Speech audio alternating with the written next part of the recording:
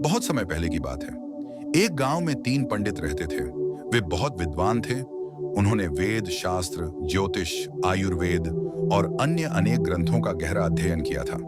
वे अपने ज्ञान पर बहुत घमंड भी करते थे, लेकिन वे केवल किताबी ज्ञान में माहिर थे।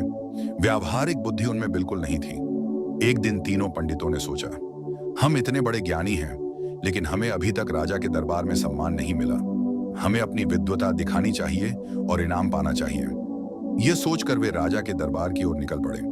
रास्ते में उन्हें उनका एक पुराना मित्र मिला, जो बहुत अधिक पढ़ा लिखा नहीं था, लेकिन चतुर और व्यावहारिक बुद्धि वाला था। वह बोला, मुझे भी आपके साथ चलना है। पंडितों ने कहा, तू हमारे साथ क्या करेगा? न तो तुझे वेद आते हैं, न शास्त्र। फिर भी हमारे ज्ञान का चमत्कार देखने के लिए तू हमारे साथ आ सकता है। चौथा मित्र उनकी बातें सुनकर मुस्कुराया और उनके साथ चल पड़ा। चलते चलते वे एक घने जंगल में पहुंचे। वहां उन्हें एक शेर की हड्डियां दिखीं। पहला पंडित बोला, हमने इतना ज्ञान प्राप्त किया है, हमें इसका उपयोग करना चाहिए। मैं अपनी विद्या से इस शेर की हड्डियां जोड़ दूंगा। दूसरा पंडित बोला, मैं इसमें मांस और खाल चढ़ा दूंगा। तीसरा पंडित बोला, मैं इसमें प्राण डाल दूंगा और इसे जीवित कर दूंगा। चौथे मित्र ने यह सुना तो घबरा गया। उसने कहा, तुम लोग यह क्या कर रहे हो? यह एक शेर है। यदि इसे जीवित कर दिया गया तो यह हमें मार डालेगा। तीनों पंडित उसकी बात सुनकर हंसने लगे। अरे मूर्ख, तू क्या जाने ज्ञान का असली महत्व?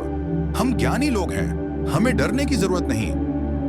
चौथे मित्र ने देखा कि पंडित अपनी जिद पर अड़े हुए हैं और उसकी कोई नहीं सुन रहा। उसने तुरंत पास के एक ऊंचे पेड़ पर चढ़ने का फैसला किया। पहला पंडित आगे बढ़ा और अपनी विद्या से शेर की हड्डियां जोड़ दी। दूसरे पंडित ने उसमें मांस और खाल चढ़ा दी। अब तीसरे पंडित की बारी थी। वह मंत्र पढ़ने लगा और कुछ ही क्षणों में शेर में प्राण लौट आए। शेर जोर से गरजा और उठ खड़ा हुआ। जैसे ही शेर जीवित हुआ, उसने सबसे पहले उन्हीं तीनों पंडितों पर हमला कर दिया। पहले पंडित ने भागने की कोशिश की, लेकिन शेर ने उसे पंजा मारकर गिरा दिया।